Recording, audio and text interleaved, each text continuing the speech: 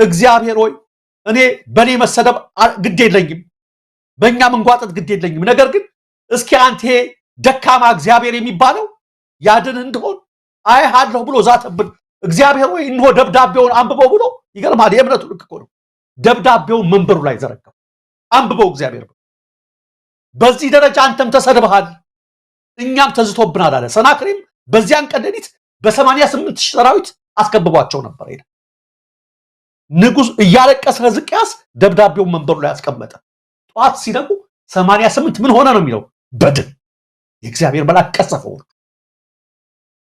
ባይሆንም ለመሞት ዝግጁ ነበሩ እንደ ሶስት ወጣቶች ከሚነደው እሳት አምላካችን ያወጣናል ባያወጣን ግን አንተ ላቆምከው ለወርቁ መስራት ሰግድ ያናንያ የዛሪያ የሚሳኤል መልስ ነው ባያድነን እንኳን ለምን እንሞታለን ለእውነት እንሞታለን እሳቱ ይቀለቀላል በጣም ይፋጃል እንኳን ያቀርቶ ይላል መጽሐፍ ሲናገር ወደዛ የሚወረውቱን ሰዎች በወላፈኑ የሚገል እሳት ነው ይላል ኃይሉ ያን ያነደደ ሲያስፈራራቸው አንሰግድም ላንተ እውነት አንሰግድም እሳት አለህ ታቃጥላለህ ድሮን አለህ መሳሪያ አለህ ላንተ ግን አንፈራም ካንተ በላይ ከዚህ በላይ ነፍስንም ስጋንም የሚገድለውን እሱን ነው የምንፈራው ከፈለክ አድርገናሉት ግን ምን ነገር አለው ይሄን ለእናንተ አንነግርም አቡነ አብርሃም ለዚህ ላይ ለመናገር እንትን ያልኩት ለምንድን ነው ግራ ቀኝህን በፊት ሲመታ ቀኝን ስጡት ነው የሚለው ነገር በትክክል አልተጠቀሰም ብዬ ስላለኝ ሚስኮት ነው ያደረጉት ከሳቸው በላይ አላቀም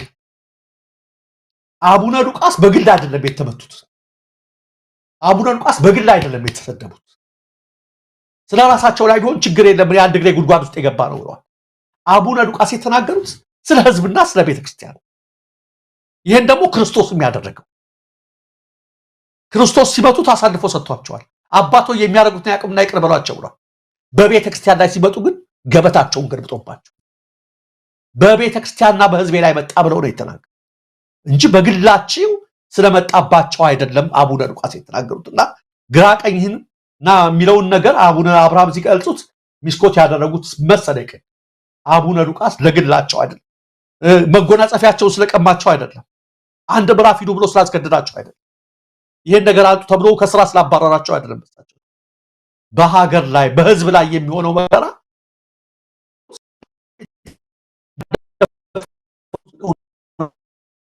በበጎ ነገር ያወሳቸዋል ታሪክ ለወደፊት ትልቅ ምናልባትም እግዚአብሔር ሰላም የነጻነት ዘመን በቅርብ ያያጣልበት ሁሉ ያመጣል በሐውልት ድረስ የሚታወሱ አባት ናቸው ብዙዎቻችን እንደዚህ ነው አቡነ ሉቃስ የምናያቸው ስለዚህ ሌላው ደግሞ ካልደፈረ ዝም ነውና በዛ ደረጃ ድረስ እኔ ጽሁፉን ግድ የለም ትንሽ እንትን ለማድረግ ነው ብዬ ነበር የንግግሩን ቅድም ክስሰማ ምናልባት አቡነ ሉቃስ በዚህ ዙሪያ መግለጫ ይስተዋይስቱ የምናውቀው ነገር የለም ምክንያቱም አንድ ነገር እዚህ ላይ በጣም እውነት ስሰማው በጣም ዝግንን ያለኝ በጣም ሰውነቴን የነዘረኝ አንድን የተከበረ ጠቅላይ ሚኒስትር ቤተክርስቲያን አንድን የተከበረ ጠቅላይ ሚኒስትር በሱ ዘመን ይሄ ሁሉ መከራ ቤተክርስቲያኒቷ ላይ ያመጣ ሰው ቤተክርስቲያኗን ለማፈራረስ ዝቶ የተነሳ ሰው ይሄን ሰው የተከበረ የሚል አንተ ቅድም ያልከው ነው ለእውነት የቆሙ አባቶች አይደሉም ምን እንዳሸነፋቸው አናቀም ስጋዊ ፍርሃት ብዙ ነገር አሸንፏቸዋል መግለጫው ላይ በብዙ መንገድ ቤተክርስቲያኒቱን ክብር የሚያሳንስ ቤተክርስቲያኗን የማይመጥን ነገር እንዳደረጉ ውሎ አድሮ ራሳቸው የሚገነዘቡት ይመስለኛል ዛሬ ባይናገሩትም ሌላው እንደዛ ከሆነ በአደባባይ አብይ አህመድን ይሄንን ህዝብን እያስጨረሰ ያለው በሱ ዘመን 1.5 ሚሊዮን ኢትዮጵያን ያለቁበት ይሄን ሰውዬ እመርቀሃለው ያሉትን አቡነ ሩፋኤልን ለምንድን ነው ታራሳቸውንም በዛ መጠን ያልተናገሩት ያን ብቻ አይደለም ከቤተክርስቲያኒቱ ቀኖናና ዶግማ ውጪ ሰባተኛው ፓትርያርክ ከኦሮሞ ነው የሚመረጠው ወይ የሚሾመው ብለው አመጽ ሊቀሰቀሱት ቤተክርስቲያኑ ነው ቤተክርስቲያኑ አመጽ ሊቀሰቀሱ ነው እሳቸውን ለመናገር በእሳቸው ላይ አንድ ነገር እንኳን አረፍተ ነገር ለመጻፍ መግለጫ ለማውጣት ያልደፈረ ሲኖዶስ እንዴት ነው ቤተክርስቲያኒቷን ክብር የሚያስጠብቀው እንዴት ብላ ነው ቤተክርስቲያኒቱ በእነዚህ ሰዎች እጅ በእነዚህ አባቶች እጅ ሆና ክብሯንና ሞገሷን አስጠብቃ መትቀጥለው በጣም የሚያሳፍር ነው እንደው ማጠቃለያ እንበልበትና ሰሞኑን በዚህ ጉዳይ ላይ በስፋት ነው የአቡነ ሩፋኤል ጉዳይ ነው እንግዲህ ለመወገዝም ከሆነ በቤተክርስቲያን ላይ የተነሱት መዋቅሯን ለመናድ ልክ እንደ ገበታ ሻጮቹ በጅራፍ እንደተገረፉት በክርስቶስ ጊዜ ቤተክርስቲያንን ገበታ ሻጭ ሊለውጡባት ሊነግዱባት የቁልቢ ገቢ እኔ ጋር ነው 5 ኪሎ መተታገል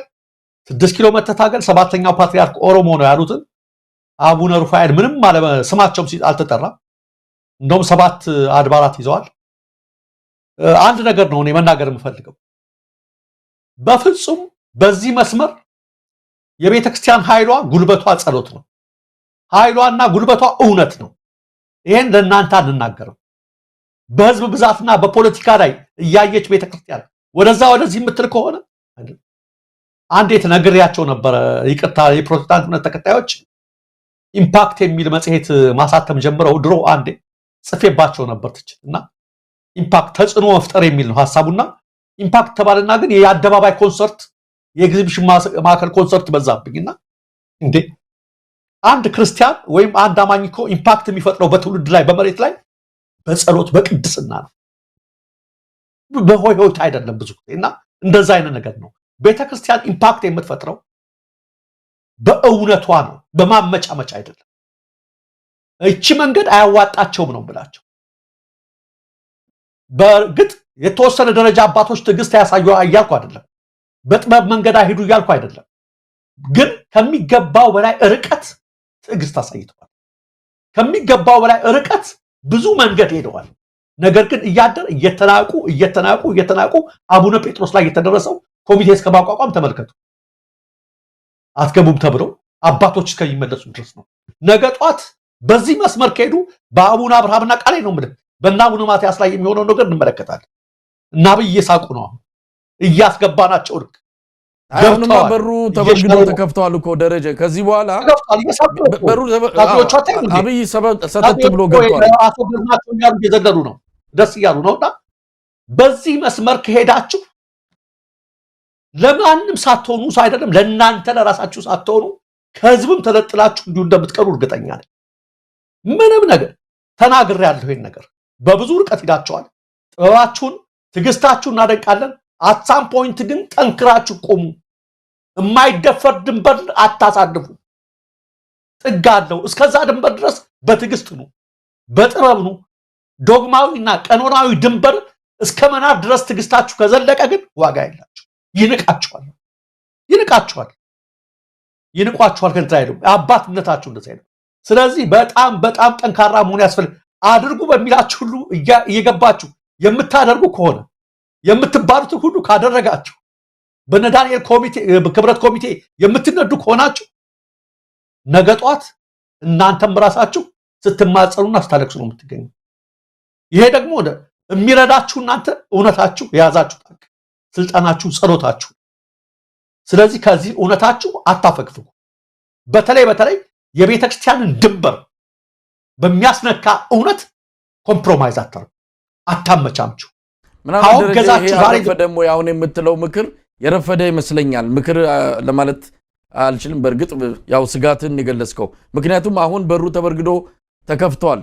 መወሰን የሌለባቸው ውሳኔዎች ተወስነዋል። ያኔ እኮ ነው ዶግማው ተሽሮ ቀኖናው ተሽሮ በብሔረሰብ በዘር ማንነት ጳጳስ የተሾመለት እኮ ነው ነገር ሁሉ ያከተመው። ግን በተወሰነ ደረጃ አሁንም እንደምንም ብለው ቤተክርስቲያኗን ክብር ይዘው ይወጣሉ በጉባኤያቸው ብለን ስንጠብቅ ጭራሽ በርግደው ከፍተው አብይን ሰተት ብሎ እንዲገባ አድርገውታል።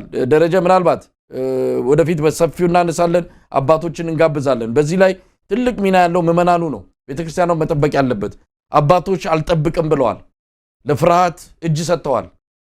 እውነት ለመናገር እጅ የሰጡ ናቸው። አንድን አረመኔ ህዝብን እያባላ ያለ ቤተክርስቲያንን እያጠፋ ያለን ሰው የተከበረ ብለ እኚህን አባት ምን አደረጉ? አቡነ ሉቃስ ምንድን ያደረጉት? የገደለን ማውገዛቸው ምንድነው ኩነኔው? ስለዚህ አሁን መንገዱን ከፍተዋል። ከዚህ በኋላ አብይ አይመለስም። ሰርጀሪ ሰራታለሁ ብሏል። እቺን ቤተክርስቲያን ሰርጀሪ ሰርቶ እሱ በፈለጋት መልኩ ነገ ሲያመጣልን አሁንም እጃቸውን ዘርግተው ነው የሚቀበሉት እነዚህ አባቶች። በዚህ ደረጃ መነጋገር ልንጀምር ነው እንግዲህ። ምክንያቱም እንዳልከው ብዙ ታገስን፣ ብዙ ጠበቅናቸው፣ ግን ወደ ኋላ በደንብ ሽምጥ እየጋለቡ ነው ያሉት። ወደፊት ማየት አልቻሉም። ደረጃ እስቲ የማጠቃለያ ሐሳብ ስጥና ዝግጅታችን እናብቃ። እኔ ይሄን ነው የምለው። እኔ በዚህ መስመር ከሄዱና አባቶች አሁንም እንደው ቢመሽም ቢረፍድም አባቶች ቆመው እንትን ካላሉ እርግጠኛ ነኝ ከምዕመንም ጋር መጀመሪያ የነበረው ምልከታ ሁሉ እንደ አብዛኛው እኮ ከዚህ ከቤተክርስቲያን ጋር የቆመው እኮ ብዙዎቹ ቤተክርስቲያን ተደፈረች ብሎ ነው። በተለይ በእናንተ ላይ ያለው እምነት በተለይ የመጀመሪያው ተቃውሞ ላይ ሁላችሁም ታውቃላችሁ እንዴት እንዳንቀጠቀጣችሁ። አብይ አህመድ ቂመኛ ነው አውቃለሁ። ቂም ይዞባችኋል። ያኔ እንደዚህ እንዳንቀጠቀጡኝ አንቀጠቅጣችኋለሁ፣ ቀስ በቀስ በትናቸዋለሁ ብሎ ያኔ ነው አብይ ሳቀ ይመጣ። አባ ይኸው በጎች ሆና መጣሁለት እያለ ሲመጣ ውስጡ እየተናደደ እየተቃጠለ ነው። የሚያረውን ነገር እያደረገ ነው። አደረገ ቀስ በቀስ። አቡነ ጴጥሮስን አሁን ለያቸው። አሁን የቤተ ክርስቲያን ትግል ምን ሆነ? ሌላ ነገር ወደ ትልቅ ነገር ትገባለች አላት። አቡነ ጴጥሮስ ኢትዮጵያ ይግቡልን 8 ጳጳሳት ያሉበት ኮሚቴ ተቋቋመ።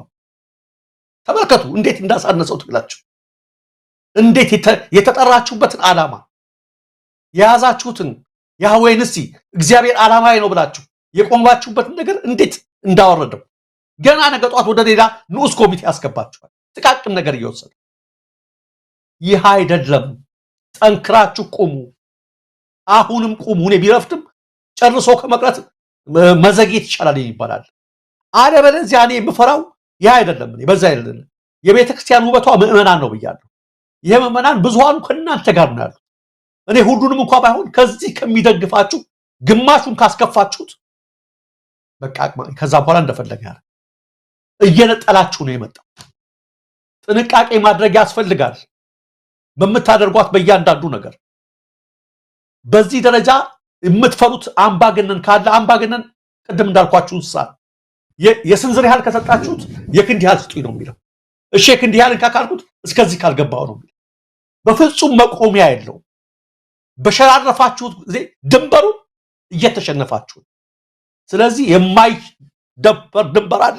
ድንበራችሁን አሁንም ማስከብሩ።